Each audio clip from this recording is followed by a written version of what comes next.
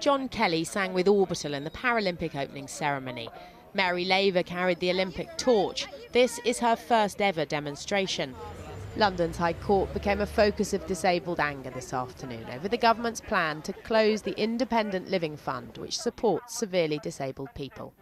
The ILF to me means that I'm able to live an independent life, I'm able to work and contribute. It enables me to live rather than exist, and in my case it's helping me to go to university and study for a PhD. For Anne Pridmore, this was her day in court. She's one of 5 severely disabled claimants challenging the legality of the process the Department for Work and Pensions used in deciding to axe the fund. This is what she says the ILF means for her. She has cerebral palsy and needs round-the-clock, often undignified support from a team of personal assistants. Everything from getting up, washed and dressed, to eating or going out. And the ILF funds half of it. There's no doubt it costs the taxpayer dear. She gets almost £40,000 a year from the fund, but she thinks it's worth it. Because I've had the opportunity to get out of my home instead of being a prisoner in my own home, then I've been able to contribute to society in many different ways.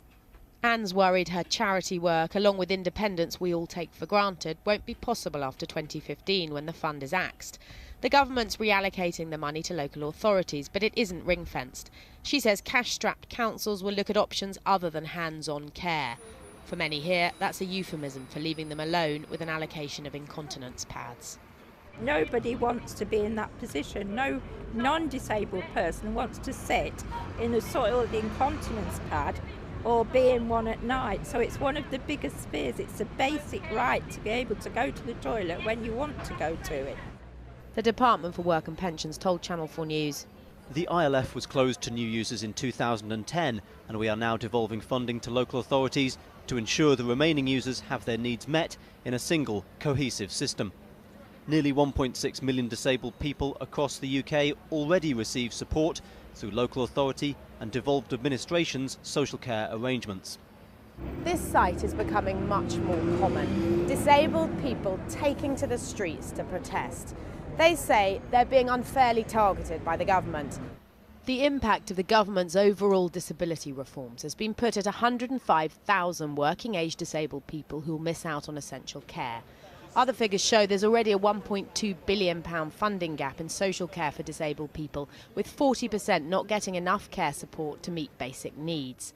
And it's estimated by 2014-15, when the ILF goes, there'll have been a 28% cut in local authority budgets. Today's courtroom arguments, though, concerned whether the government consulted properly before axing the fund. Wheelchair users who wanted to get into the hearing had to find the High Court's accessible entrance. Even then, the courtroom couldn't accommodate them all.